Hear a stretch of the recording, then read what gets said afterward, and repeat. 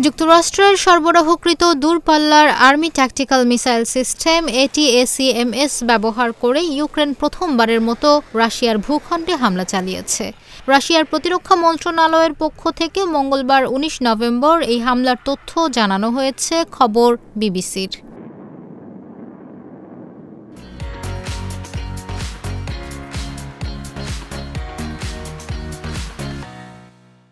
রাশিয়ার প্রতিরক্ষা মন্ত্রণালয়ের বিবৃতিতে বলা হয়েছে, ইউক্রেন ব্রিয়ানস্ক অঞ্চলে এই ক্ষেপণাস্ত্র হামলা চালায়। ৫টি ক্ষেপণাস্ত্র ভূপাতিত করা হয়েছে এবং একটি ধ্বংস করা হয়েছে। ক্ষেপণাস্ত্রের ধ্বংসাবশেষ একটি সামরিক স্থাপনায় পড়লে সেখানে আগুন ধরে যায়।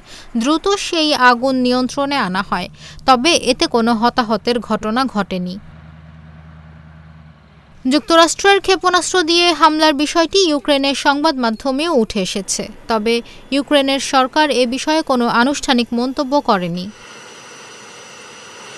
ইউক্রেনের সামরিক বাহিনী জানিয়েছে, সীমান্ত থেকে প্রায় ১০০ কিলোমিটার দূরে ব্রিয়ানস্ক অঞ্চলের কারাচেভ শহরের কাছে একটি গোলাবারুদের গুদামে হামলা চালানো হয়েছে। হামলার পর সেখানে ১২টি বিস্ফোরণ ঘটে, তবে এই হামলায় ATACMS ক্ষেপণাস্ত্র ব্যবহার করা হয়েছে কিনা সে বিষয়ে নিশ্চিত কোনো তথ্য দেয়নি ইউক্রেন।